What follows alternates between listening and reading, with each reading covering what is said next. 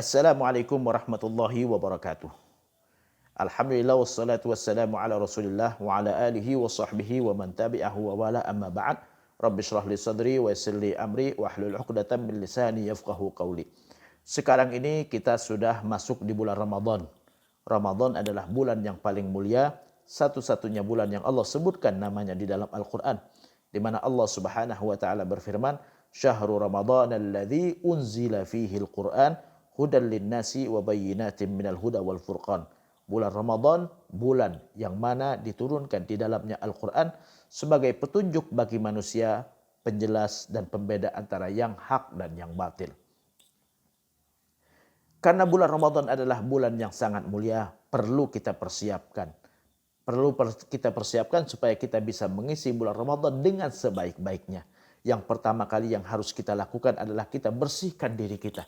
Bersihkan diri kita dari dosa. Kenapa? Karena dosa bisa menyebabkan kita tidak bisa memandang kemuliaan Ramadan. Dosa menyebabkan kita tidak bisa menikmati ibadah selama bulan Ramadan. Rasulullah sallallahu alaihi wasallam dalam sebuah hadis yang dikutip oleh Ibnu Katsir di dalam kitab tafsirnya, di mana beliau bersabda, "Idza adnabal mu'min nukita fi qalbihi nuktatun sauda. Idza taaba wasta'tab suqila qalbuhu. Idza zadat hatta ta'lu qalbah. Fadzalika ar-ran alladzi fi qawlihi kalla barrana ala qulubihim ma kanu yaksibun." Jika seorang mukmin berbuat dosa, maka ada noda hitam di hatinya. Jika dia bertaubat dan menyesal, maka akan diputihkan kembali atau akan dibersihkan kembali hatinya.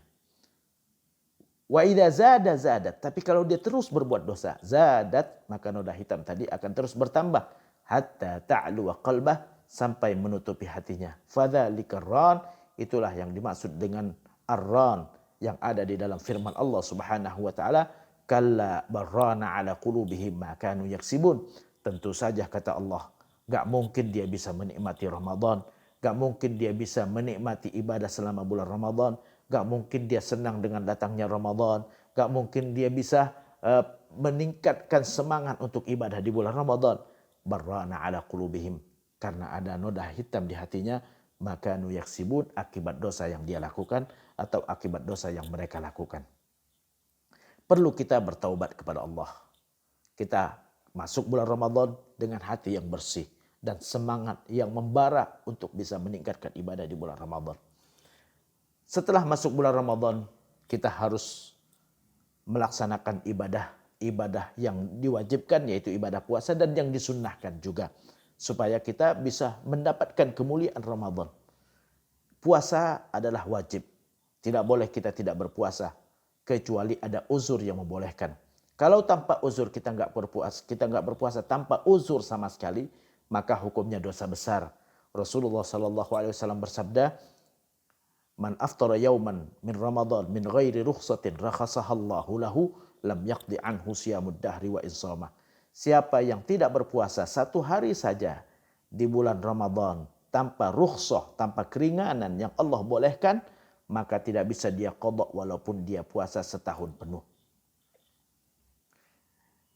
Apa uzur yang bolehkan tidak berpuasa? Uzur yang bolehkan tidak berpuasa yang pertama adalah sakit. Allah Subhanahu wa taala berfirman, "Faman kana minkum maridan aw ala safarin fa'iddatun min ayyamin ukhra." Siapa yang sakit atau dalam perjalanan, maka dia qada pada hari yang lain. Sakit membolehkan kita tidak berpuasa, tapi tidak semua sakit. Sakit yang ada hubungannya dengan fisiknya yang tidak mampu melaksanakan puasa. Kalau sakit yang gak ada hubungan dengan mampu dan tidaknya puasa, maka tetap wajib berpuasa. Orang luka pun sakit, tapi gak ada hubungan dengan puasa.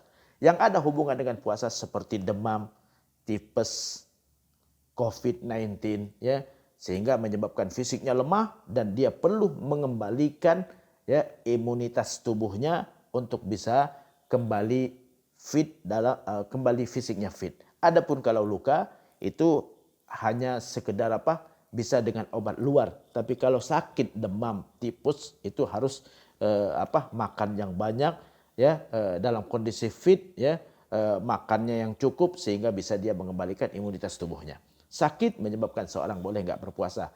Tapi kalau sakit ada dua. Pertama, maradun yurja bara'uhu, sakit yang ada harapan sembuh, maka itu diqadha pada saat dia sudah sembuh.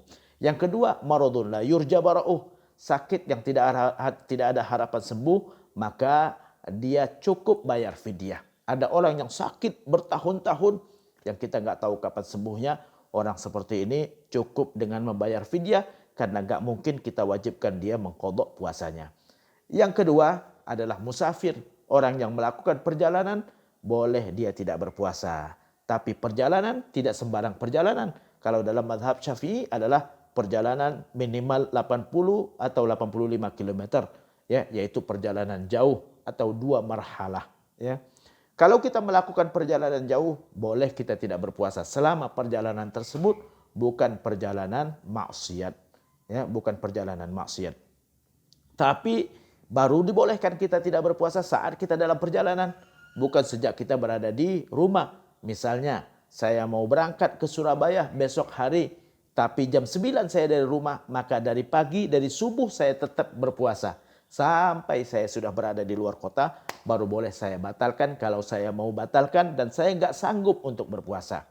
Tapi kalau saya mau tetap berpuasa, hukumnya lebih baik berdasarkan firman Allah Subhanahu wa taala, wa antasumu khairul lakum. Kalian berpuasa lebih baik daripada tidak berpuasa.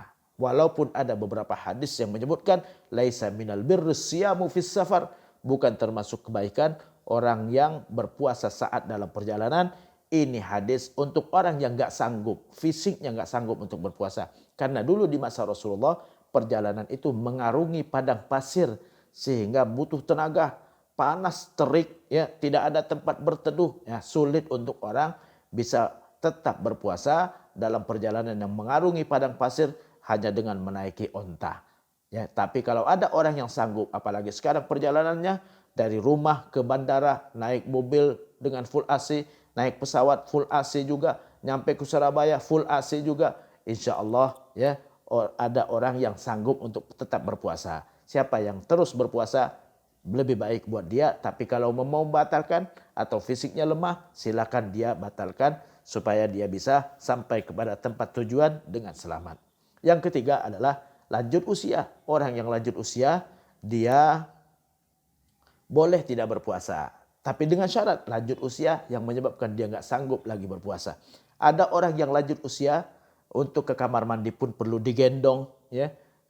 Mohon maaf, ya, habis buang air dicebokin, makan pun disuapin. Orang seperti inilah yang nggak sanggup lagi berpuasa. Cukup dia bayar fidyah karena nggak mungkin kita wajibkan dia mengqadha. Itu yang ketiga, ya, alasan atau uzur yang membolehkan seorang tidak berpuasa. Kemudian alasan berikutnya atau uzur berikutnya adalah haid dan nifas. Perempuan yang haid dan nifas silakan tidak berpuasa dan dia qadha pada hari yang lain. Kemudian ibu hamil dan menyusui.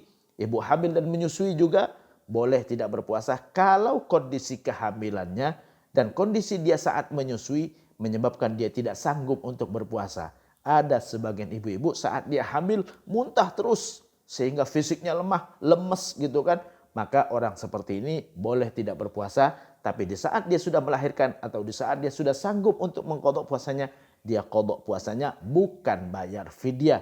Fidyah hanya untuk orang yang tidak sanggup lagi berpuasa. Nah, itulah uzur-uzur yang membolehkan seorang tidak berpuasa, yaitu sakit baik ada harapan sembuh maka dia qadha, yang tidak ada harapan sembuh cukup bayar fidyah. Musafir, kalau musafir dalam perjalanan jauh bukan maksiat, maka dia boleh nggak berpuasa saat dia sudah berada di dalam perjalanannya. Yang ketiga adalah lanjut usia yang menyebabkan dia tidak sanggup lagi berpuasa, yang sudah sangat lemah sekali fisiknya sehingga nggak mungkin kita harapkan dia bisa berpuasa, maka cukup bayar fidyah. Kemudian haid dan nifas, ya, perempuan haid dan nifas tidak boleh berpuasa, haram dia berpuasa, tapi dia wajib qadha saat dia sudah bersih. Kemudian ibu hamil dan menyusui boleh tidak berpuasa saat dia tidak sanggup untuk berpuasa. Kalau dia sanggup untuk berpuasa, sebaiknya dia berpuasa. Tapi kalau dia tidak berpuasa, diqadha pada saat dia sudah mampu untuk berpuasa. Demikian, mudah-mudahan bermanfaat. Wabillahi taufiq wal hidayah. Wassalamualaikum warahmatullahi wabarakatuh.